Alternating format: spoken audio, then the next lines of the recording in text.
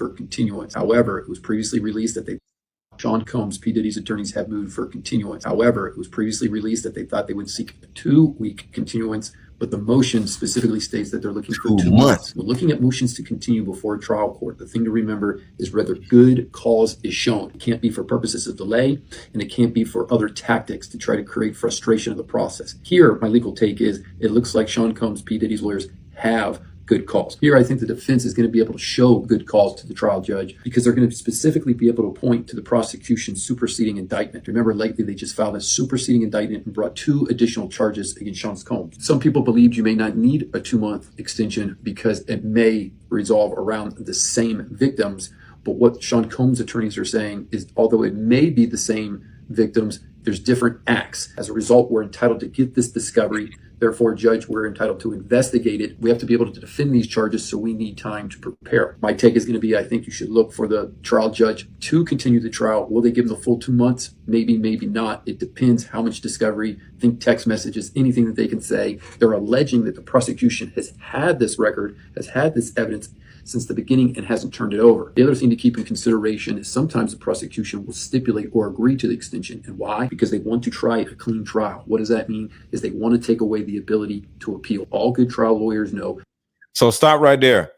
The ability to appeal is the biggest reason. I just want to reiterate what he said because I know he just said that. But the reason why it's important to give the defendant whatever it is that he needs or time to prepare is because if he loses, he then would be able to appeal over and over. I think a couple times, I don't know how many times, but he'll be able to appeal, and that's going to cost, you know, the government a lot more money, a lot more time, because they're still wrapped up in the case that they thought was over. So, but according to what I've learned and heard, it looks like his asked or request for continuance has been denied.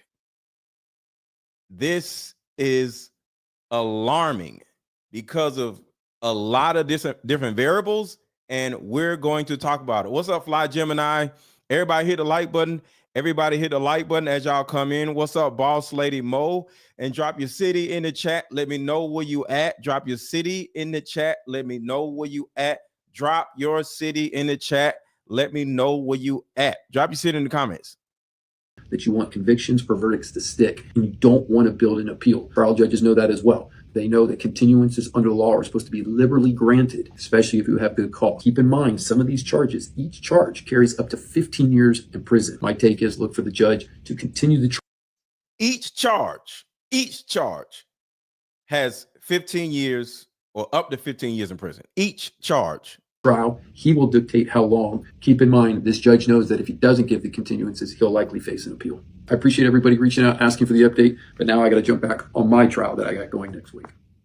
So apparently Diddy filed a motion trying to get Cassie's bank statements and the book that she wrote about him. Keep in mind, she is the main victim in this case, and she has asked the judge to just stop, like, cut the cap, bruh. It's a pretty wild request to try to demand your victim's bank statements, homie. Now, considering the book that she wrote but was never published was largely about her experiences with him, there is a chance that the judge might find that relevant to the case, but he's also demanded any of her private diaries and journaling, anything that she's written, which I feel like is a wild overreach and a blatant violation of her personal privacy, especially considering she's the victim, homie. You already paid her out. He gave her like $30 million in a civil case, which was basically an admission of his own guilt. Then he publicly posted Whoa.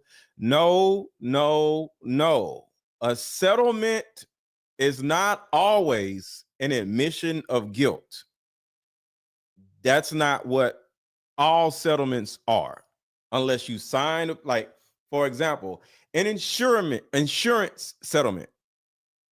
Once they settle with you, you're going to have to sign paperwork to say that, hey, you can't sue me, you can't do this, but they're not going to turn around and say they are guilty for A, B, and C, but the settlement does show that they are or were negligent, and that's the reason why they're doing the settlement. So sometimes it is an admission of guilt, but not in these type of cases. So absolutely not. We're not going to do that.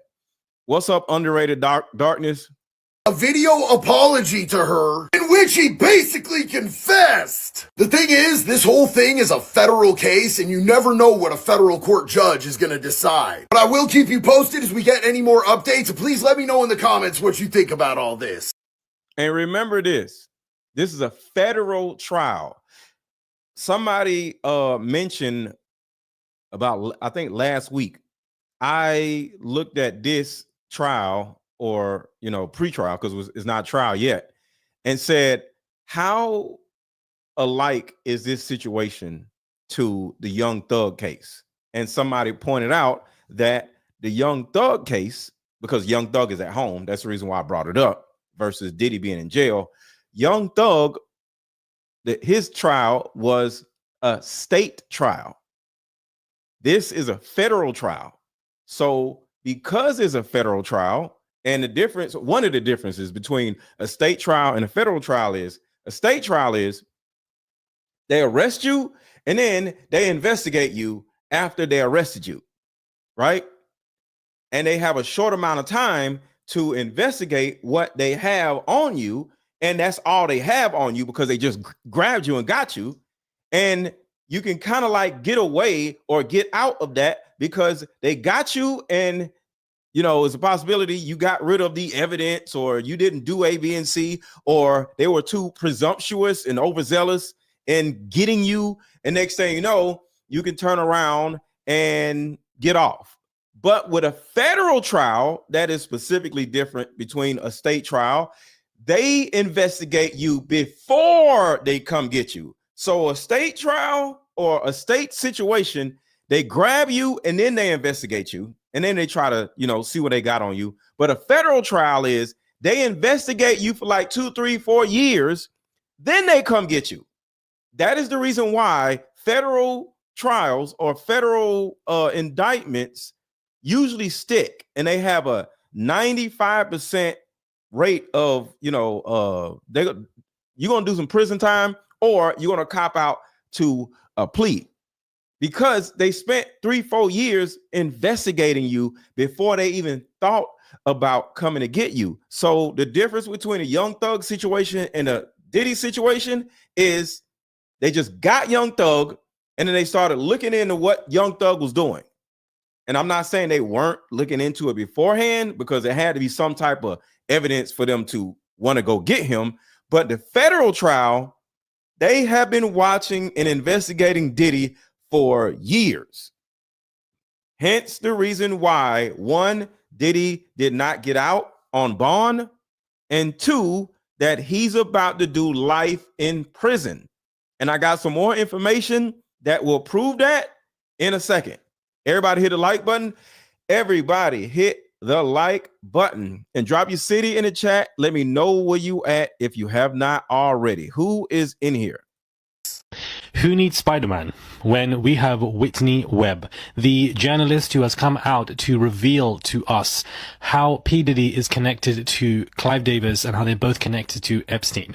This particular video is going to blow your mind in regards to how deeply connected so many of these people and institutions are. Listen closely. Hey guys, it's Murad Murali, daily and consistent content. Let's get straight into this video, basically discussing the neural networks, let's just say, much like our brains, of how Epstein and Diddy are connected and how they are significant chess pieces to how Diddy became what he is today. I think this video is imperative for people to watch and understand, considering that his trial is definitely coming up this year and we're going to see what takes place. The link in the bio is also placed for this very hit piece article that I want to give out to you guys, and so hopefully we can get through all of this in less than 30 minutes. Stay close.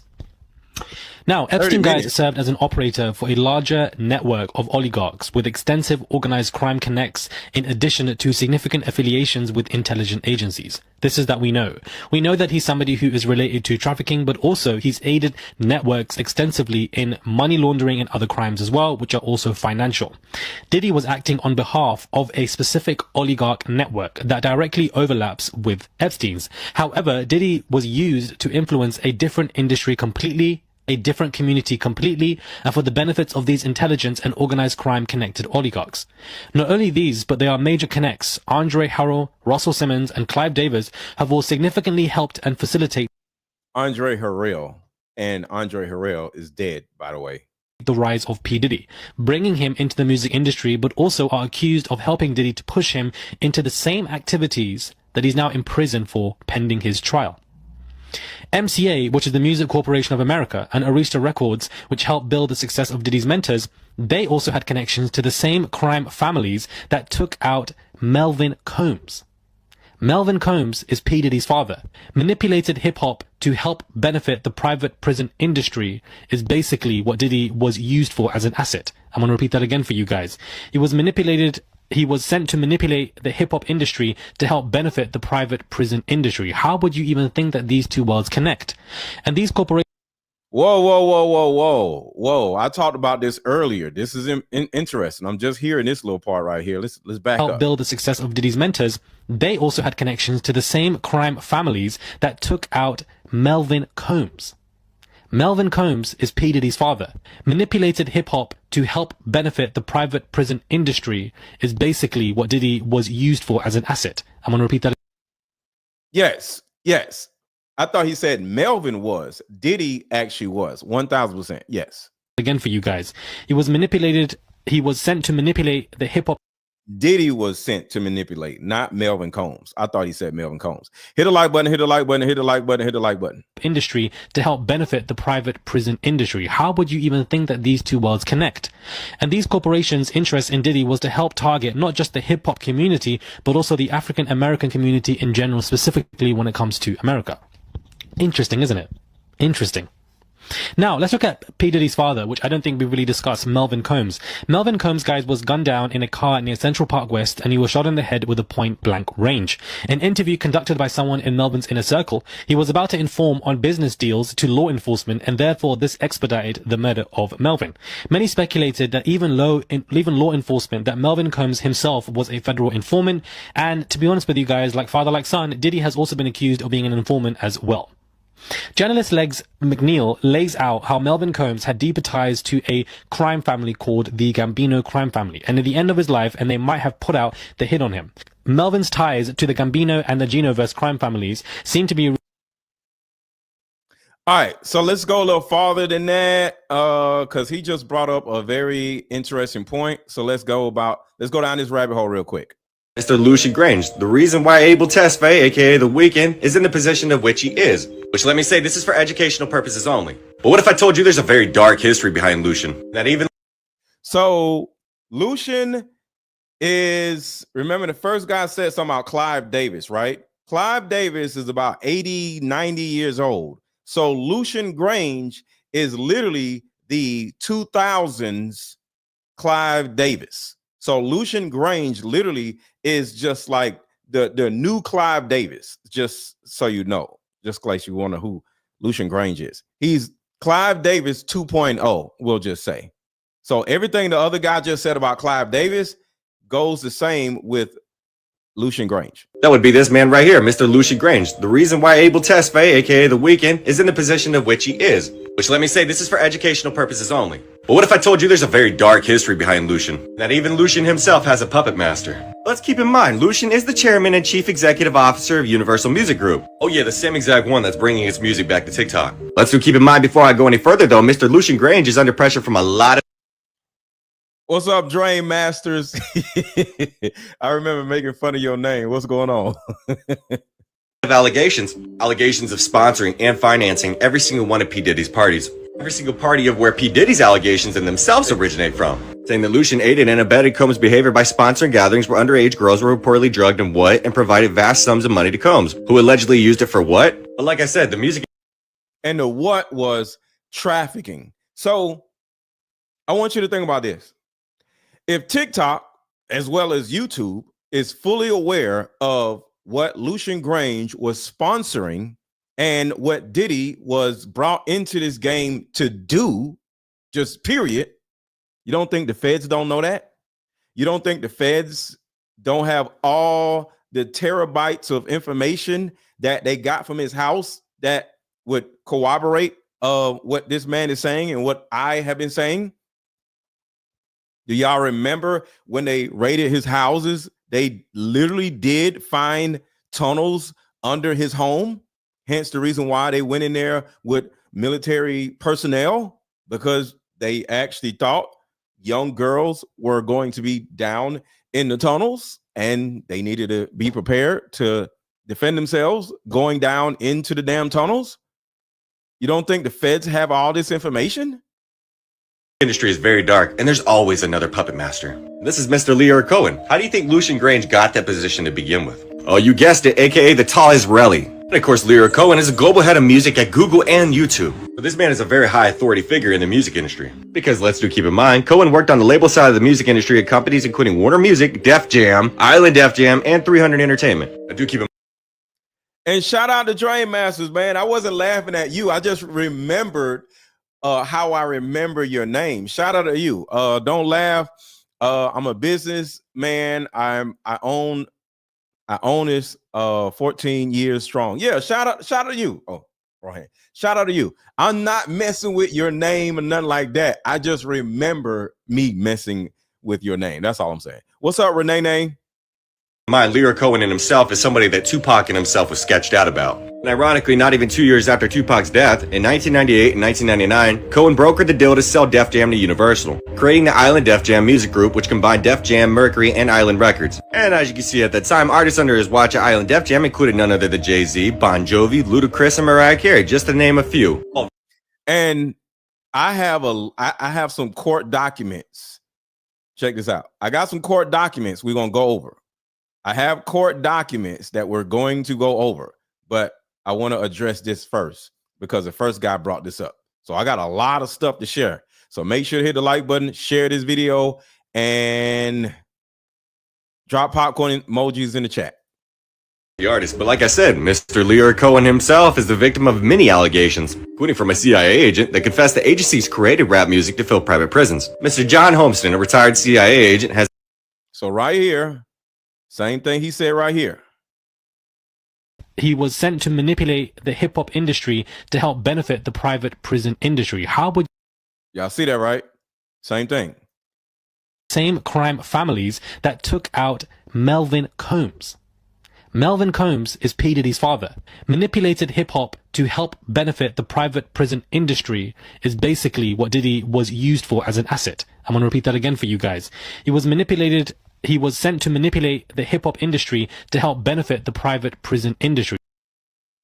Many allegations, including from a CIA agent that confessed the agency's created rap music to fill private prisons. Mr. John Homeston, a retired CIA agent, has admitted on national Russian television that hip-hop was a psyop invented by the CIA in the 1980s, and the agency has directed and financed household name artists including NWA, Dr. Dre, Jay-Z, and Kanye West. Kanye tried to tell everybody about this years ago. And of course, nobody wanted to listen. But John Homeston said that our mission was to use teenage angst to our advantage and turn Generation X into a decadent, pro-drug, and anti-establishment culture that would create uprisings and further division within society, saying that the CIA even infiltrated mainstream radio to promote their music and reach millions of people every day. He also says when it comes to engineering culture, no one touches Leora Cohen. Homeston admitted Leora Cohen, also known as the tall Israeli who runs hip-hop, used specific artists like these. I'm sure everybody knows who all of these people are. The gains EPMD, De La Soul, A Tribe Called Quest, Will Smith is even on here.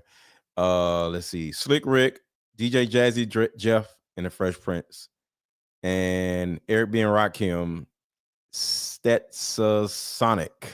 I don't remember who the hell Stetsasonic was, but yeah, a lot of the things that a lot of us grew up listening to. Do y'all remember when they made the song? You know, some of y'all may remember, they started making songs like We Are the World, Self-Destruction.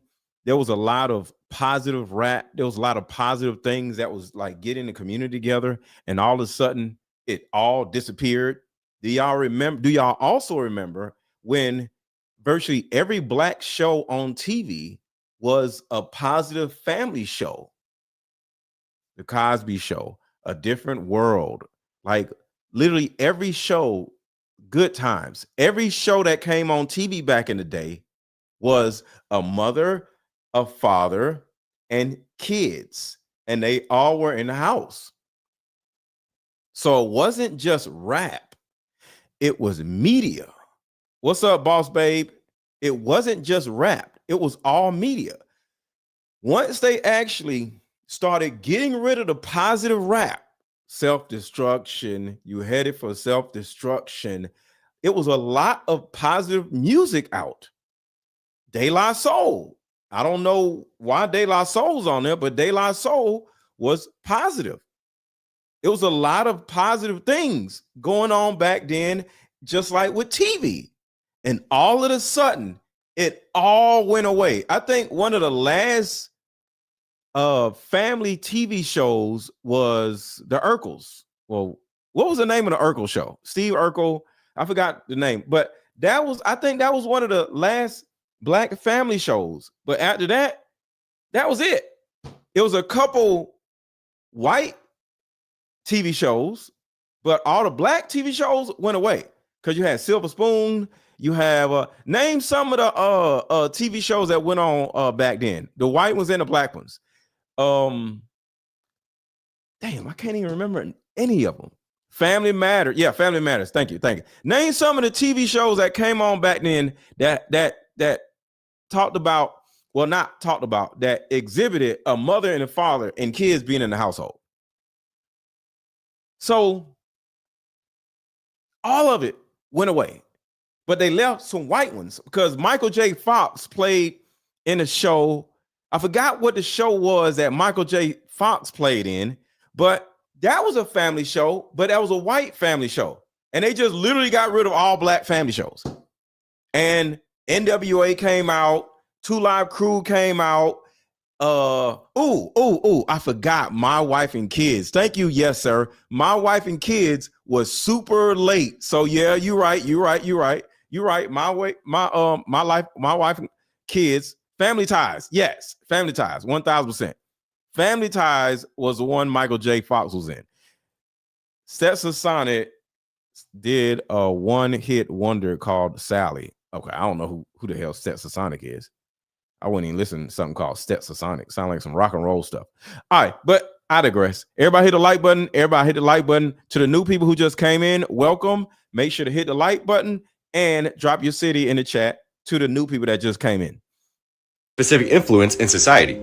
See, like it says here, Cohen ended up promoting rappers such as Jay-Z and Kanye West, and more recently brought Migos and Young Thug to prominence. Well, obviously Kanye knew what he was talking about. But see, Kanye himself, alongside John Hobson, stated that the elites have been slowly working on eroding social norms for decades, and forcing famous black men to normalize the sight of men in dresses was a part of the agenda. And it was part of the agenda. You said My Wife and Kids was lame? No, I just said My Wife and Kids was late. I said late, not lame. I said late. I said most black family shows went away in the 90s. And then somebody brought up My Wife and Kids. And I said, oh, yeah, that was late in the late 2000s. I said late, not lame. The thing, right? A music industry executive who was present at the first meeting between the CIA and music industry executives has written a confessional letter detailing exactly what went down on that fateful day in a specific video that is no longer available online. Yeah, I'm sure that's not sketchy in itself, right? Or the fact that John Holmeston said that the CIA worked in tandem with music industry elite to create a funnel in which young people would be indoctrinated with brainwashing gangster rap music and then delivered. Real quick, y'all. Real quick.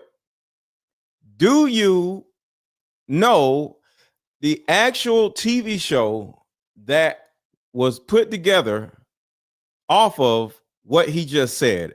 The CIA bringing drugs to community and all that stuff. Oh, Webster. I forgot about Webster. But Webster had white parents, Tara. So Webster don't count because Webster had white parents. Bernie Mac. Okay, Bernie Mac was one. Okay, you're right. Yeah, you're right. But Webster had white parents. But yeah, Bernie Mac show. You're right. But what was the name of the show? I remember Thea. Did y'all know that Brandy was in Thea before she was in Brandy? Did y'all know that? But what was the name of the show that talked about and acted out the CIA coming to the black community and giving the black community drugs to sell. Do y'all know? What was the name of the show? Drop it in the comments. I ain't even gonna say it. I want y'all to say it. What is the name of the show where this guy is literally talking about how the CIA infiltrated black communities and literally gave us drugs to sell to each other? The Parenthood in Living Color. Living Color wasn't about South Central. Nope. Rock. I remember the Rock. Color. Nope. Colors. South Central. Nope. Come on, y'all. Use specific I'll say it in a second. artists like these, I'm sure everybody knows who all of these people are, to gain specific influence in society. See, like it says here, Cohen ended up promoting rappers such as Jay-Z and Kanye West, and more recently brought Migos and Young Thug to prominence. Well, obviously Kanye knew what he was talking about. But see, Kanye himself, alongside John Homeson, stated that the elites have been slowly working on eroding social norms for decades, and forcing famous black men to normalize the sight of men in dresses was a part of the agenda. Okay, since nobody got the answer, it was Snowfall. It was Snowfall. It sounds like a BG knockout interview. Yeah, it was Snowfall. Snowfall on I think HBO. I think Snowfall, literally, like if you seen Snowfall, Drain Masters, you said that. Let me scroll up. Oh, okay. I see it now. I missed your comment. Yeah. So shout out to you. Okay, I seen it. I just seen it. Never heard of it. Snowfall was a good ass show, but Snowfall, I got it. I see you seen it. I got it. I gave you props. Snowfall was a brilliant articulation or a brilliant reenactment of how white America just literally came in and brought drugs to the black communities, and how, like, within a month or so, how everybody just became crackheads. In the movie, Franklin's girlfriend, I think baby mama too. No. It was his girlfriend. She ended up getting on crack, and he was still in love with her, and she got on crack. And then his best friend turns around, the dude with the afro on Snowfall, his girl ended up getting on crack, and she was smoking crack. I think she was his baby mama. So Snowfall was so crazy where, well, what happened in Snowfall was so crazy where all of a sudden, everybody got on crack, and it was just crackheads everywhere. Imagine your boyfriend or girlfriend just gets on crack, and now they just I want some crack, and you're like, yo, what is wrong with you? And you was just with the person like last night, and you find out now they just a crackhead. Yeah, it was bad. Perfect name, exactly. Snow falls on the black community. Facts. Yeah, it was bad. And I was a part of the actual real life of Snowfall. When I was a kid, I went outside and everybody was selling crack. So guess what? We were poor. I couldn't buy school clothes. I wanted Jordans. I wanted a car. I wanted all the things that everybody else had. So what did I start doing? I went out and started selling crack too. And quick story, everybody hit the like button. Quick story. I remember the older cats in the hood, back when I was young, they would give the young boys an opportunity to sell crack. Crack was like a job. So let me explain this. When I was young, selling crack was a job. So I'm telling y'all, really, this literally happened. It was young boys who was like 13, 12. And if you watch The Wire, you'll understand what I'm talking about. We was like 12 and 13, right? And shout out to Tara for becoming a new member. Thank you so much, Tara. Shout out to Tara for becoming a new member. So I needed money. I was a kid, you know, I wanted girls, I wanted all these different things, right? And other young boys was like, yo, I sell crack for so-and-so. I was like, you do what for who? I sell crack for so-and-so. I sell dope for so-and-so. And he'll pull out a bomb of crack. And it was a big old bomb of crack. And I was like, I don't understand what's going on. And this was the play. This was the job interview thing. They'll give him $20 off of every $100 worth of crack that they sold. So in a bomb of crack, it was $10 crack, little crack rock, right? So what they used to do, it was a job. I didn't take the job. I was like, man, I'm finna buy my own crack. And I know we talking about crack, but it was hilarious because it brought back memories. So what happened was these little idiots would go and get a bomb of crack and stand on a corner and sell it, right? But they only make $20 for every $100 worth of crack that they sell. I'm like, do you niggas know that y'all could go to prison for this? And I know we 13 and 12 and all this other stuff, but I don't want to go to jail for $20. Are you crazy? But this was a psyop. The older dudes was turning us on to selling crack for them. Why? Because the dudes from the CIA they was selling crack for the dudes in the CIA. So the dudes way up here was selling crack for the men from the CIA that was fronting them the crack. Yes, I was 12 and 13 selling crack. Yeah. So I'm looking at the young boys who are like taking penitentiary chances for $20. So this is what would happen. I bought crack from 8 and 9-year-olds back in the day. Wait, what, Tara? You bought crack from? Wow, that's crazy. So this is what happened. You get a bomb, say you got $200 worth of crack, right? And it will be like just in a little, just in a little ball of, and the little dimes would be like this small, right? So it's like a little ball you can put in your pocket, put in your drawers or whatever, and it'll be in a bunch of little small sacks, right? And they'll be standing on the corner, and they would sell $200 worth of crack, right? And would only make $40. That was employment when we were kids. And I'm like, that's stupid. So I literally went to the big time crack dealers because I had a job. I always had jobs. I cut grass. I did all kinds of stuff, right? So I would make some money from my little job, like $100. It wasn't a lot. So I make $100 and spend that whole $100 on $100 worth of crack. And it was called breakdowns. So I would buy $100 worth of breakdowns and go home at my mama's house and cut up the breakdowns, right? And I would go to the trap and I would sell, because now I got $200 worth of crack. And I would make $400 off of my bomb of crack, while the idiots over here would make $40. So think about that.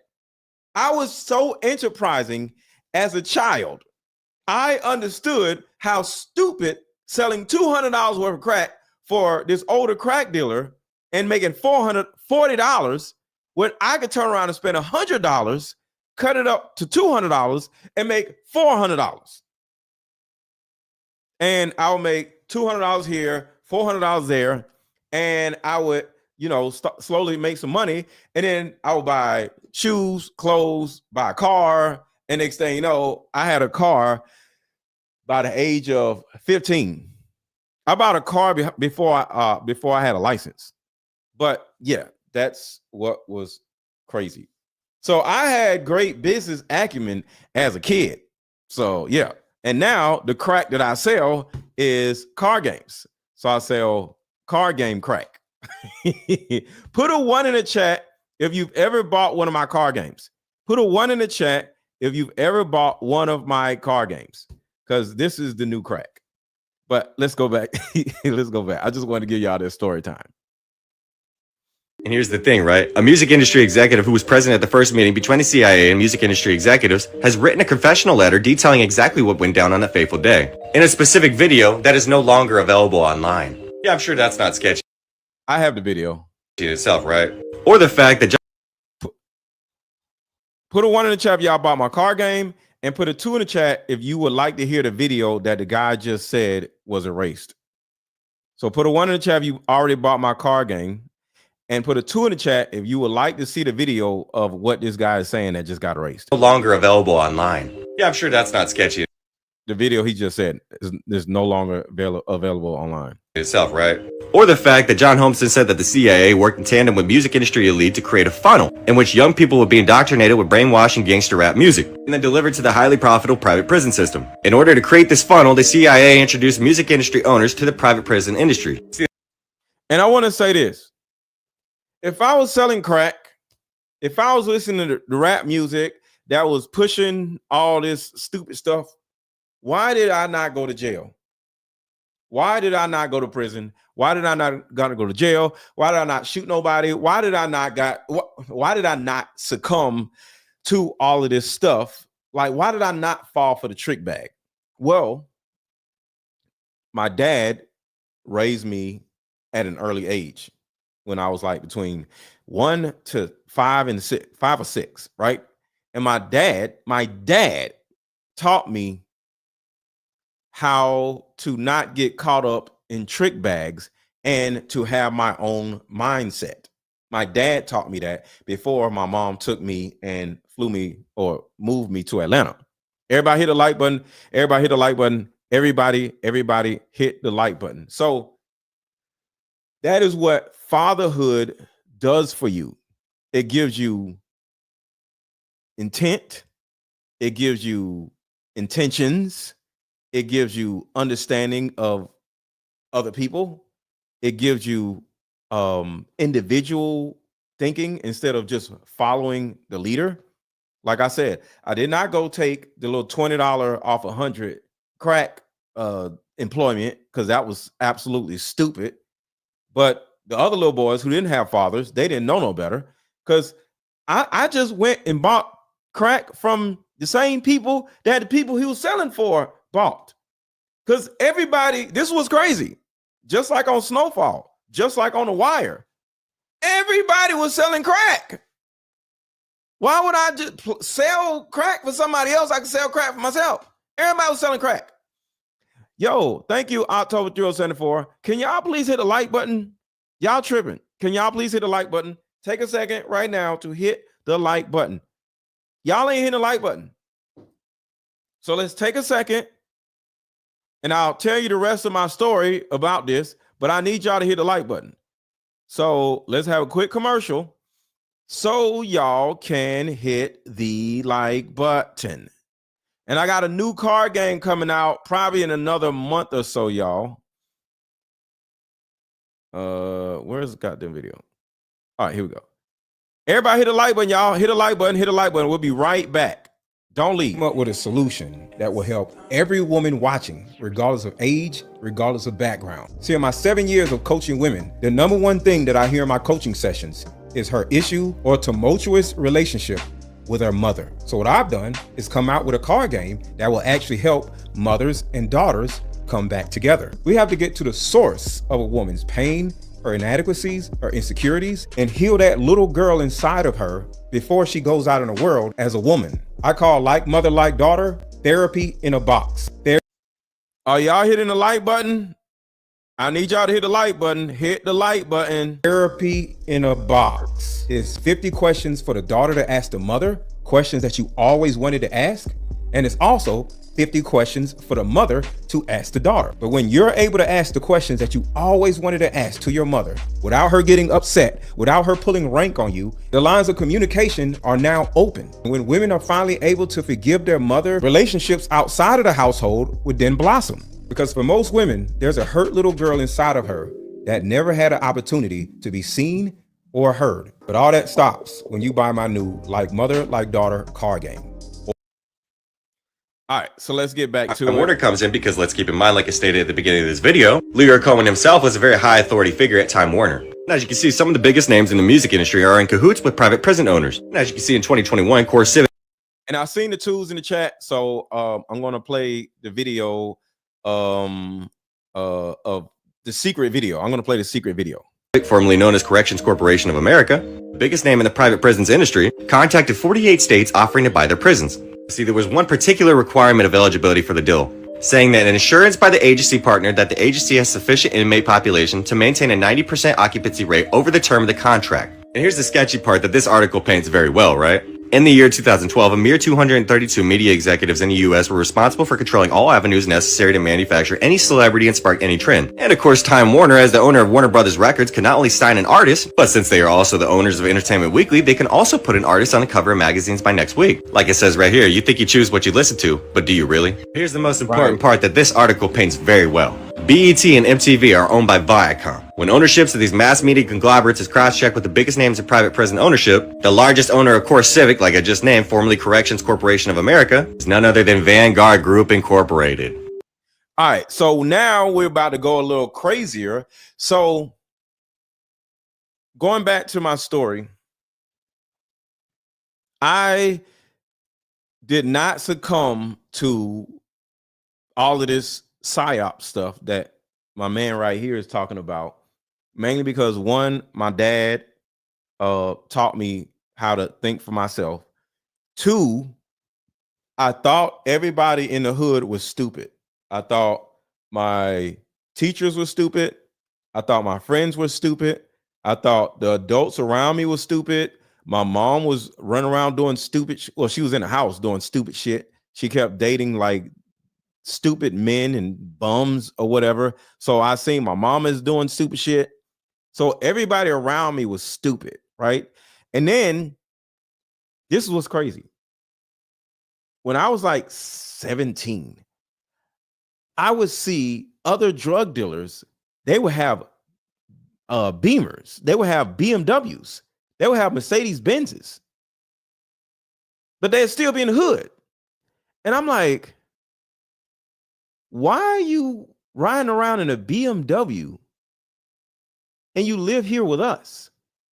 And it would boggle my mind until I talked to one of them, because in the hood, when you got a nice car, you pull up at the sandwich shop where everybody's at and just hang out and just lean against your car. And then you get all the girls, and because it's called parking lot pimping. So you get out, you go out, you go to, we got 404 day, we got Carver Homes Day. We had certain situations where everybody's just outside, right? So you pull up in front of everybody, lean on your car, and then all the girls will come up and, they want to have sex with you, right? That's kind of like what we did back in the day. I went up to one of the dudes that I kind of knew because I was a drug dealer myself. And I was like, yo, I got a question. If you riding around in this Beamer, that's what a BMW was called back then, why do you still live here amongst us? Because I wanted to get the hell out of here because I thought everybody was stupid. Why do you still live here with us, with the rest of us? And he literally was like, why would I leave? I'm like, you don't want a better life?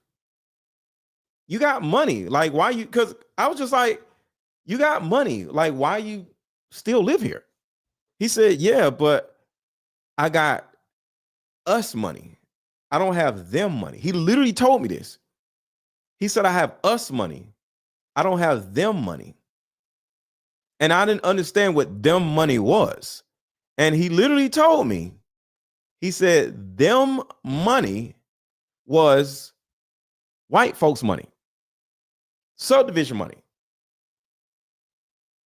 6-bedroom house money. So he said to me, he had dumb people money, hood people money, black people money. If he were to actually go out of the circumference of these dumb people, which was us, he would not live the same way. And everybody had Beamers. Everybody had Mercedes. And he wouldn't be able to just stunt on us.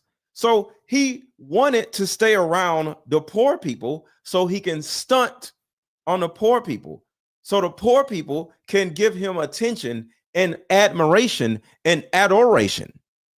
You go out here with the white folks, they're going to look down on you because they got jobs. They got corporate jobs. They work here and work there. The drug dealer dude don't work nowhere. So if you go move out to a good neighborhood as a drug dealer, they're going to snitch on you. They're going to get you up out of their neighborhood because they don't want you there. So I was like, and he didn't explain all this to me, but I got somewhat of an understanding of what he was saying when he said, I don't have them money. If I move out there, they're not going to see me the same way everybody here sees me. And I was like, that's interesting. So let me look for a video that talks about this, and we're going to play the rest of this. The corporation that works very closely with BlackRock and Larry Fink. You know, the corporation who basically has the highest shares in every single major corporation that resides out of America? Yeah, that one. Vanguard is the #1 shareholder in both Viacom and Time Warner. Vanguard is also the largest holder in the GEO group, the second largest owner of private prisons in the entire USA. Like it says here, the people who own the media and are responsible for putting gangster rap at the center of youth culture are the very same people who own private prisons. So you tell me why this deal is a problem. You tell me why major artists really don't like Drake. Because I'm pretty sure it's obvious at this point. Drake is what you would call a sellout, and Kendrick truly knows how the industry runs. But you keep allowing yourself to be consumed by those frequencies. Do y'all remember like 3 years ago when Crazy Bone had exposed the industry? All right, so I'm about to play the video, the secret video, but I want to play this first. Hold on. So this is all of us on tonight's conversation, but there's a word track right here.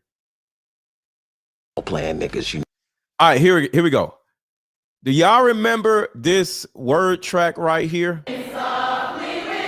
Me, man. Here it goes right here. This is literally what the hood dude said to me. Literally in this movie. Listen to this. And tell me what movie this came from. A nigga like me, man. I love the game. I love the hustle, man. I be feeling like one of them ball playing niggas, you know? Like Bird, Magic or something. Yeah, you know, a nigga got dough. A nigga could leave the league. But if I leave, the fans still gonna love me, man.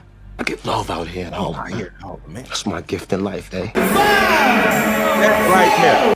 And that's literally what that guy told me. But now I left the hood and now I'm able to live my life like this legally. So one more time, because this was so important, y'all, that this is literally what this man said to me. But now I don't have to live doing illegal stuff.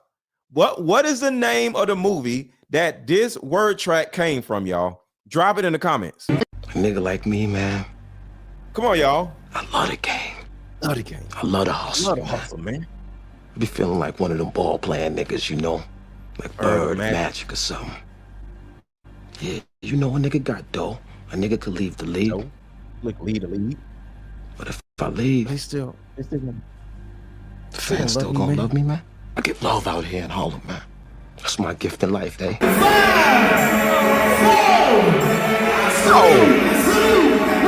I know above the rim, paid in full. Shout out to 6'2" Bully, paid in full. Talking about above the rim.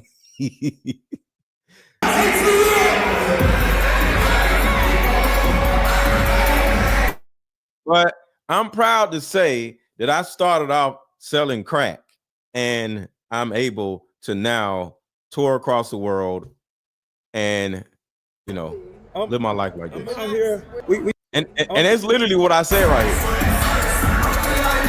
here. This is the block. You know what I'm saying? Like, I'm out here. We slinging cards. I'm on the block right here. Let's go. Like, we slinging cards. You know, this is my competition. We're on the block. There's all niggas over there. This is my life. From the corners to the tables. All right, let's get back to the video. This is the video I promise y'all. All these record labels, you know what I'm saying, invest in private prisons. So pretty much their main goal is to get us to go to prison. They're paying the artists to influence us to try to live like them. Yep. That's why a lot of artists don't come out saying, oh, I went to school to get where I'm at now. You feel me? All these artists act like they came from the streets. They're only giving big deals to artists that's agreeing to destroy the black community. Think about all these new artists and what they promoting. And I'm just going to say this, and we're going to play the rest of this. The red pill stuff is destroying the community. Y'all got to remember, Lear Cohen is president of YouTube. So the same person that ruined black people in rap and is part of this whole prison pipeline thing, Lear Cohen is over YouTube. So when you see all these little red pill dudes sitting there talking shit about women all goddamn day and they making millions of dollars going off on women and calling women all these names and kicking them off their podcasts and all that shit, guess what? Lear Cohen is incentivizing the red pill dudes to do the same shit on YouTube as they did on rap. It's the same shit. That's why Lear Cohen is over here. This red pill bullshit wasn't a thing before Lear Cohen came in. Lear Cohen started the red pill shit. Think about it. So let's keep going. At this meeting that Crazy Bone was talking about, guess what? There wasn't no country artists there, and that's why I say the black community. Music business has invested millions of dollars in the private prison system. Somebody sent me an article. Nothing new under the sun is facts. All these red pill cornball people, it's the same shit. It's the same psyop. It's meant to get young boys to hate women. It's the same shit. Like, I think it was like 6 or 7 years ago. Right. But it's actually a letter that was written by somebody that was a decision maker at a major label. You know, he was invited to a very special meeting about the future of hip hop back in 1991. And the title of the letter is The Secret Meeting That Changed Rap Music and Destroyed a Generation. I have struggled for a long time weighing the pros and cons of making my story public, as I was reluctant to implicate the individuals who were present that day. So I've simply decided to leave out the names and all the details that may risk my personal well-being and that of those who were, like me, dragged into something. And this was a real thing. This was real. They weren't ready for. Everybody hit the like button. Everybody hit the like button. Everybody hit the like button. We ain't scared. You know what I'm saying? What they gonna do? They after us, not just playing. Look, that black van. So I was invited. And just for the record, Bone Thugs and Harmony was pushed to act like they were devil worshippers. If y'all remember Bone Thugs and Harmony, a lot of their music was like, it was like seance type of stuff. They had a song called Ouija Board. Their whole identity as Bone Thugs and Harmony was on some devil worshiping stuff. Their album covers was devil worshiping stuff. East 99, that album, it was all devil worshiping stuff. To attend a closed. The actual harmony in Thugs, Bone Thugs and Harmony was the harmonious devil worshiping shit. Oh, you know what I'm saying? During a meeting with a small group of business insiders to discuss rap music's new direction. Little did I know we would be asked to participate in one of the most unethical and destructive business practices. Thank you, October 3074. Let me see. Is y'all not hitting the like button? Okay, the likes did go up a little bit. The likes did go up a little bit, October 3074. But we still need about 50 more likes. But the likes did go up a little bit.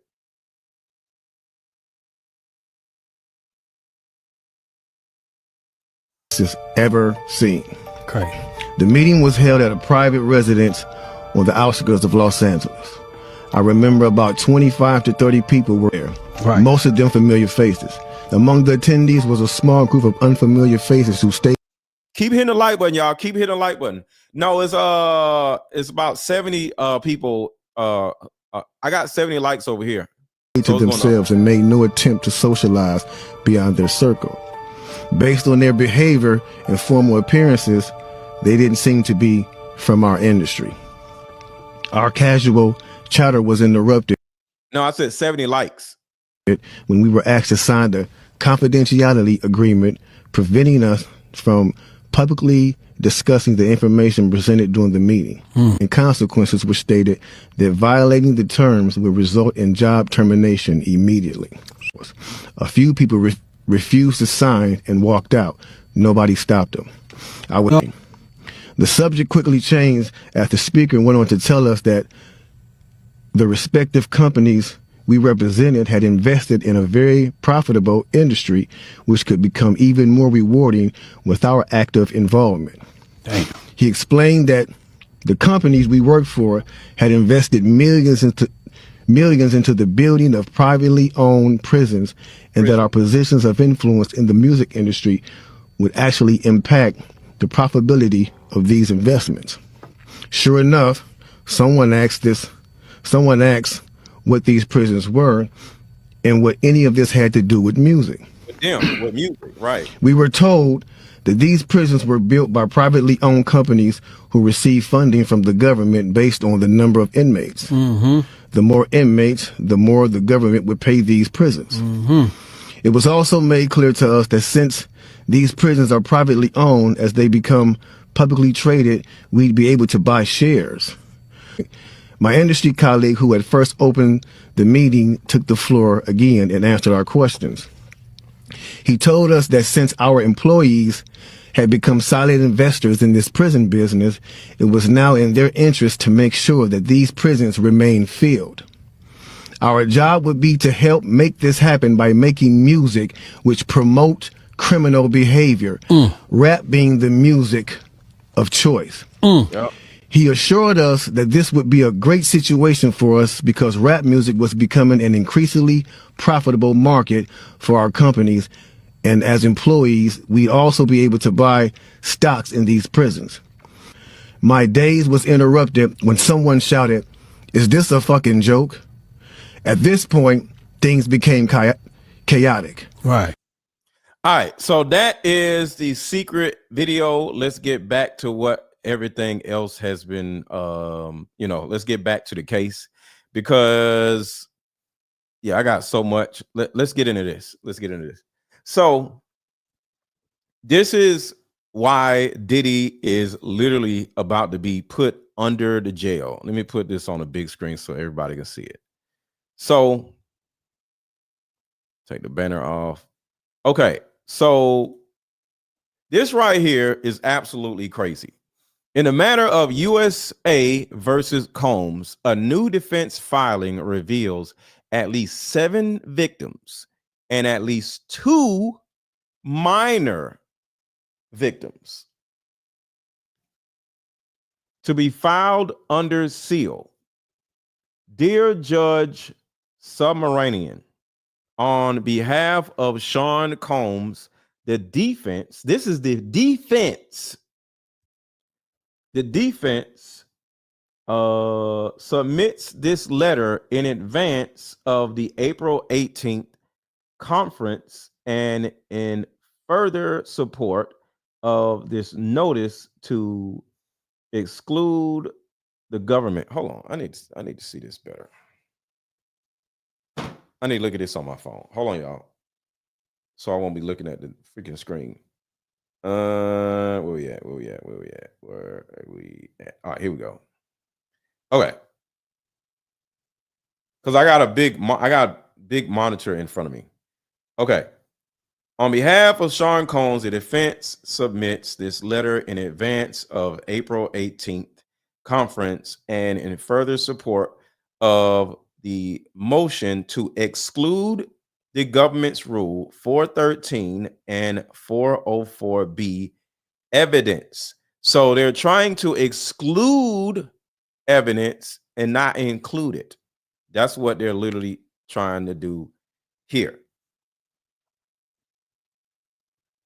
All right. The government misled the court as to the timing of its interview with the 4 additional alleged victims described in its March 10th, 2025 and March 26th Enterprise letter addendum. The defense writes to correct the record. As the defense noted in its reply brief, it's clear that the 3,500 material that the government has known about these alleged victims for months and months and months, in some cases over a year. Docket 216 at 3 at the April 14th conference, the government stated that at the time its enterprise letter was due on February 1st, 2025. It was not prepared to say that its evidence would be part of its direct case in proving up the racketeering enterprise and a racketeering conspiracy. It further represented it was aware at least of some of those particular victims. What they're essentially saying is there are more victims coming out, and it is unfair that they are just providing the defense with this information or evidence. And because they had it for months and months and up to a year, we need more time because you're bombarding us with all this evidence, and y'all had this evidence for about a year. Why the hell are y'all just throwing it on us now? So that's what they're literally saying. As an example, the government cited alleged victim 5, stating the 3,500 material would reveal that the particular victim was interviewed multiple times in 2025. Okay, why y'all just telling me this if they were interviewed multiple times? I believe much closer to the date of the revision of the enterprise letter, the government's representation were false. The 3,500 materials make it clear that the government intentionally chose not. Here's the thing. Here's the thing right here, y'all. The 3,500 materials make clear that the government intentionally chose not to include these individuals in its enterprise letter and only changed its position after realizing the weakness of Rule 413 and 404B arguments. We take each alleged victim in turn. The 3,500 reveals that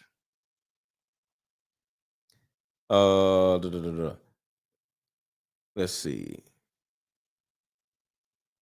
To say, hold on, that's page 3. This is page 2. Okay. Thus, nothing has changed since January 31st, 2025. The government's contrary is funny, representations to the court were false. The victims are under 18 and 16. I like your glasses. Thank you. These are my prescription glasses. So there is a minor. Here we go. Let's go to the next so y'all can see what I'm looking at. Here it is right here. Okay, so this is what I'm looking at right here. So minor victim number 2, victim 7, victim 6. So according to these court documents, there are 2 minors, and this is a federal case. And the difference between this and what we was hearing thus far, those were lawsuits. These minors are now included in Diddy's federal indictment case, and it is a criminal case. All the other stuff we was talking about was lawsuit after lawsuit after lawsuit after lawsuit. Now minors are being put into this criminal case. The government was clearly in position to include every one of these 4 alleged victims in its February 1st enterprise letter, had it truly believed, the court truly believed, the evidence was relevant to this direct case. But it didn't. The reason it filed to do so is not because it was not prepared to say, that this evidence would be part of its direct case, but rather because of pure gamesmanship. That's a crazy thing to say to a judge. And or it's our decisions not to follow up with the case, with these witnesses. So let me show you what I'm looking at. I'm looking at this right here. So this is what I'm looking at right here. Everybody hit the like button. Everybody hit the like button. Everybody hit the like button. Diddy did all of this. Look at what has done. Yes, Diddy did. Definitely. He allegedly, he is innocent until proven guilty. But my opinion is he did it. But that's just my opinion. The defense should not be forced to defend against these late-breaking allegations on the eve of trial when the government is at fault. They actually have a point. I kind of understand what they're saying. I'm not going to say I agree with them because I want Diddy to go to jail, but I unfairly understand. For these and the additional reasons outlined in Mr. Combs' motion to reply, the court should exclude the evidence. Respectfully submitted, Alexandria Shapiro. And Alexandria Shapiro, if y'all don't know, that is the wife of the same lawyer that is on the Menendez case right now. So there's a Menendez case going on right now and a Diddy's case right now going on all at the same time. And the husband and wife are trying this case for the Menendez brothers, and Miss Alexandria is the wife of Mr. Shapiro, and she's helping Diddy. Mark Aglifilio and Anna Esteveo. So there are 2 tadpoles. I don't want to keep saying the N word, but there are 2 tadpoles involved in this. And this is not a lawsuit. This is a criminal case. This is extremely terrible news for Diddy. All right, so let's keep going on to this. That these two worlds connect. And these corporations' interest in Diddy was to help target not just the hip-hop community, but also the African American community in general, specifically when it comes to America. Interesting, isn't it? Interesting. Now, let's look at P. Diddy's father, which I don't think we really discussed, Melvin Combs. Melvin Combs, guys, was gunned down in a car near Central Park West, and he was shot in the head with a point-blank range. An interview conducted by someone in Melvin's inner circle, he was about to inform on business deals to law enforcement, and therefore this expedited the murder of Melvin. Many speculated that even law enforcement, that Melvin Combs himself was a federal informant, and to be honest with you guys, like father, like son, Diddy has also been accused of being an informant as well. Journalist Legs McNeil lays out how Melvin Combs had deeper ties to a crime family called the Gambino crime family. The team has asked for a 2-month continuance. Not to say that I am Nostradamus, but we said that this was going to happen. I've said from day one, neither side is prepared and they're both playing chicken. Diddy's team clearly It's just not ready. There's too much information. There's a cavalcade of information. There's a terabyte of information. There's so much information that they simply can't be ready. And on the other side, the federal government is not ready either. Even though they're pretending, they're saying we're ready to go forth. They're like a Pomeranian in a bear suit. They're pretending that they're somebody that they're not. Yeah, I did that. Sorry, had to do the reference. They're pretending that they're somebody not. And the easiest way to describe the difference is the following. State prosecution, what usually happens on a state level, somebody can walk into my office right now and tell the state that Sean Kent assaulted him. And the state will knock on the door and come and arrest me. And then they start their investigate Sean. They start at that point in time. That's what makes those state cases, and you hear about state cases winning all the time, because they do their investigation after the arrest. The federal government is different. Generally, you hear, all of us here, we have been investigating, we've been looking at this person for 3 or 4 years. They've been building their case so strong that they know that they can win. If you have been watching the Diddy trial, you've heard recently the federal government announce, we're still investigating, which means they're not prepared. So if a 2-month continuance is granted, the only person it's going to help is the federal government. Why? You'd always rather go against an unprepared federal government. Diddy's team filed a speedy trial. What is a speedy trial? Speedy trial usually says, Judge, we don't want to sit here in jail while the government's prepared. We're ready. Let's go. Most lawyers get all the evidence first, look at it, and then want the speedy trial. So I think this is just a situation in which the Diddy's team looked at it and realized there is entirely too much evidence. We cannot be prepared. So that comes to number 2. We've been having and hearing questions about them bringing on this new lawyer. Is that a reason that the court will grant a continuance? Probably not. And here's why. Usually a judge will tell a defendant, we hear it all the time, you can't just add a lawyer to get a continuance. Your date is coming. You asked for it, here comes your date. So what the defense is doing is not saying it's because we're bringing in a lawyer. They're saying there's too much information and they keep giving it to us. They're telling us they're investigating right now and they're changing theories of the case. For all of these reasons, we need a continuance. We're not asking for a long one, just 2 months. So I think the judge will probably grant it. Then we're talking also about Brian Steele. I'm hearing a lot of questions about his jobs. Did he tell you to sell drugs? No, Hove did that. So hopefully you don't have to go through that. Brian Steele is simply doing his job. For argument's sake, whatever you do, picture your job right now.